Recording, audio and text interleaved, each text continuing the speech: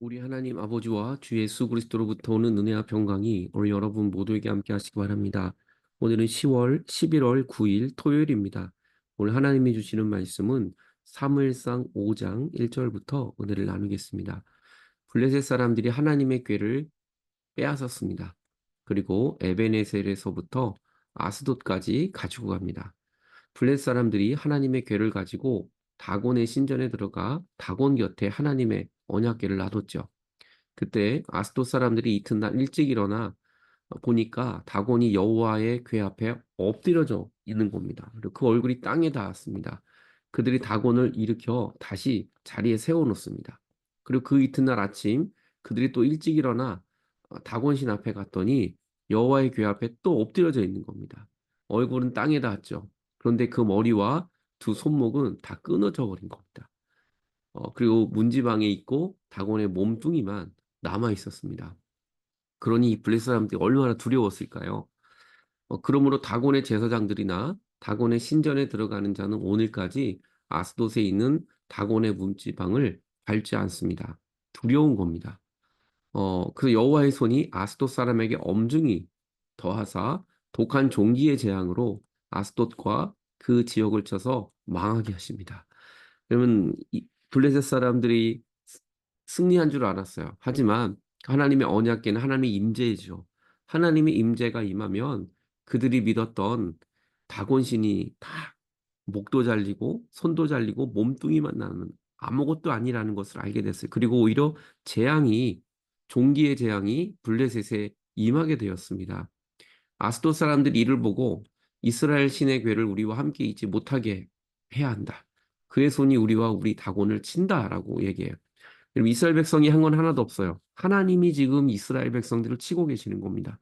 하나님의 영이 블레셋에 임하니까 어느 누구도 이길 자가 없는 겁니다. 이에 사람들을 보내어 블레셋 사람들의 모든 방백을 모으고 말합니다. 우리가 이스라엘 신의 괴를 어찌하랴? 그들이 대답합니다. 이스라엘 신의 궤를 가드로 이번엔 옮겨가라 하므로 이스라엘 신의 궤를 가드로 옮겨갑니다. 그것을 옮겨간 후에 여호와의 손이 심히 큰 환란을 그 성읍에 더합니다. 그 성읍 사람들의 작은 자나 큰 자나 다 독한 종기가 온몸에 나게 됩니다. 이에 그들이 하나님의 궤를 에그론으로 또 보냅니다. 하나님의 궤가 에그론에 이른즉 에그론 사람이 부르짖어요.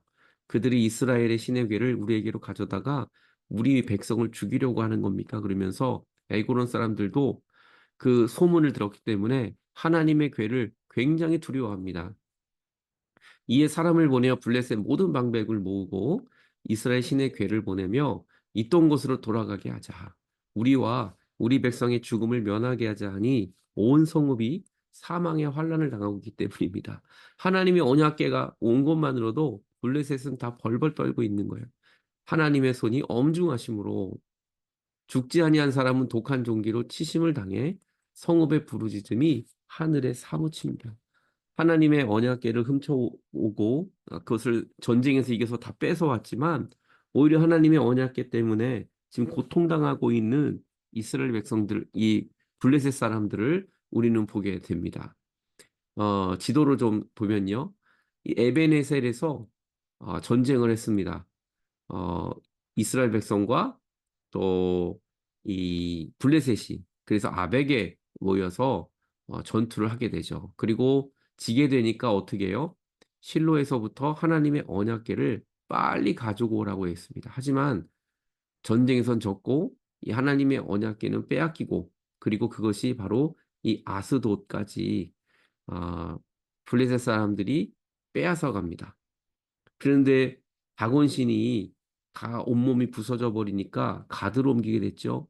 여기선 전염병이 생기니까 또 에그론으로 옮겼죠. 여기에서도 또 너무나 무서워하니까 이것을 나중에 베세메스로 옮겨갑니다. 그리고 기럇 여아림까지 갑니다. 그리고 나중에 다시 예루살렘으로 돌아오는 것을 우리는 이제 보게 됩니다. 하나님의 언약궤 이스라엘 백성이 한 거 하나도 없어요. 처음부터 끝까지 하나님이 하셨고 오히려 이스라엘 백성들의 힘으로는 블레셋을 이길 수 없었지만 하나님의 언약궤가 가서 블레셋 지역을 다 하나님이 치신 거예요. 이게 하나님이 하시는 일입니다. 오늘도 하나님은 놀라운 일을 행하십니다. 하나님을 의지하고 그 주님이 우리 앞에 승리를 허락하여 주실 것입니다. 같이 기도하겠습니다. 하나님 아버지, 이스라엘 백성들은 한 것 하나도 없습니다. 하지만 하나님이 블레셋을 이기셨고 승리하게 하여 주셨습니다. 오히려 하나님의 법궤를 빼앗아간 블레셋은 자기들이 보물을 갖고 잘 될다고 했지만 오히려 그들은 하나님의 징벌을 받게 됩니다. 주님, 오늘도 우리의 진정한 왕이시고 우리와 함께 하시는 그 하나님 붙들고 주님만 더 의지하는 우리의 믿음 되게 하여 주옵소서. 예수님 이름으로 기도드립니다. 아멘. 오늘도 말씀에 동참해 주셔서 감사합니다. 저는 내일 주일날 또 뵙도록 하겠습니다.